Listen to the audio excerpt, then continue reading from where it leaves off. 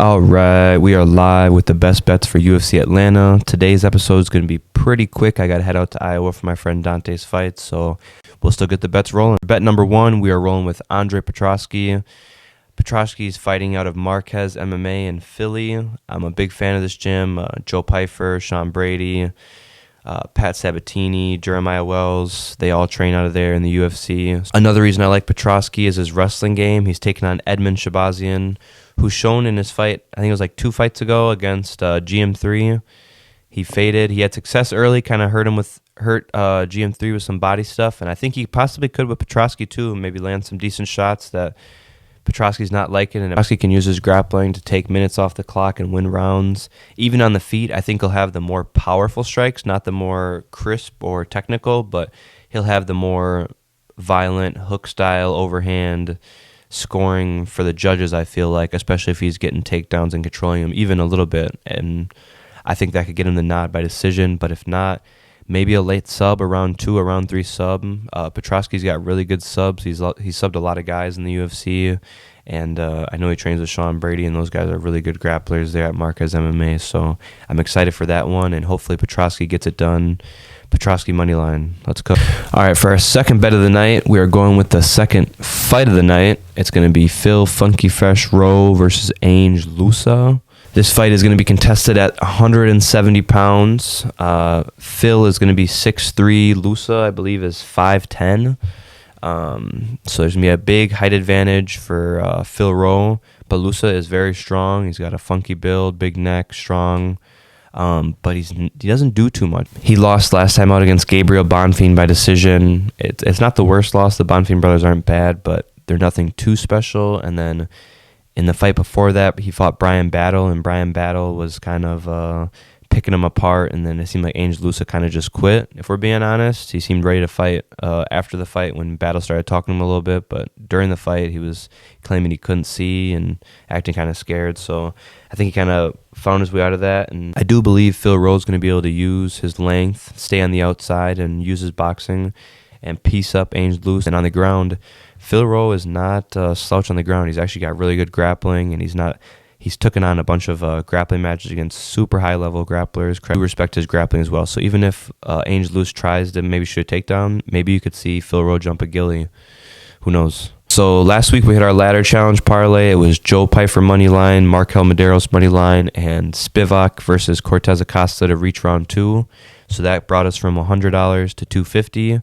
This week we're trying to turn $250 into $550, and this is the bet to do it. So bet number 3 for the ladder challenge is going to be Thug Rose money line, and then Buckley versus Usman to reach round 3. So it's going to be a 2-leg parlay, co-main and main event. So we sweat it. We have to wait all the way to the end of the card and then sweat it. But I like both of those. I think Thug Rose is going to piece up Miranda Maverick. I don't think it's going to be too competitive. Miranda might get a takedown, but I think Thug Rose will be able to get up. I don't think Miranda's faced anybody like Thug. So shout out her. She's from Milwaukee, so I always cheer on Thug Rose. And let's hope she gets the dub. And then in the other fight, Usman versus Buckley, there is always that chance of the big Buckley KO, I guess, in the first 2 rounds, but he didn't put out Colby in the first 2 rounds. He didn't put out Stephen Wonderboy in the first 2 rounds. So I think the first 2 rounds are probably spent feeling each other out. Maybe Buckley does get a little aggressive in the first 2 rounds, but I think because it's a 5-round fight, he's going to kind of preserve himself. So I think that fight to go to round 3, not picking a winner, but just picking that fight to go to round 3. We're a little bit crunched on time this week, so we're only going to do 4 bets. It's also not a pay-per-view. It's only a fight night, so no reason to throw all the units out. But for our 4th bet, we're going to go with Malcolm Wellmaker in round 2 to start and Mansour Malik in round 2 to start. Both are plus money or even money. They're both going to be super sweaty getting out of the first round between their opponents. Wellmaker's taking on Chris Matino. He fought Sean O'Malley and got pieced up and then got knocked out in his next fight, but then got cut by the UFC and is now riding a 4 or 5 fight win streak. So he's trying to make a statement and get back in. I do believe he's able to survive a round, but I don't know how much longer after. It's going to be a super sweaty round for sure. Wellmaker is young. He's explosive as hell.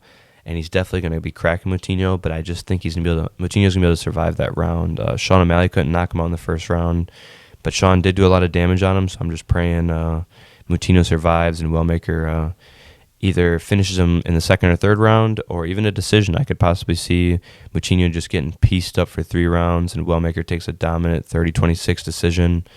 And then in the second part of the bet, it's Mansour Malik versus Cody Brundage, and we just need Mansour to win and the fight to reach round 2. And in that one, again, odds makers are saying the fight's probably going to end in the first or second round, so we're just hoping Cody's tough, uses wrestling, is able to make it out of that second round. Nick Klein was able to make it out of the first round. Nick Klein was able to make it out of the first round with Mansour Malik. So I think if Cody Brundage kind of follows the same path, just staying on the feet, not getting cracked with nothing too big, and then trying to wrestle when you can. I definitely believe Cody can survive 1 round, but it is going to be super sweaty. He does throw caution to win sometimes, and he fights with no fight IQ.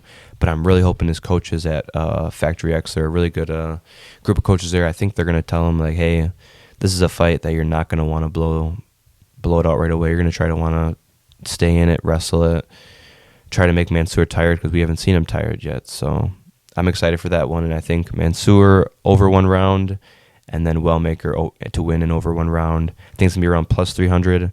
That's going to be our plus money parlay for this week, and that is going to be it. I appreciate you guys watching. Please like and subscribe. Leave a comment with your best bet. And hopefully we all cash and make some money this weekend. Thank you very much. On to the next one. Bouncing.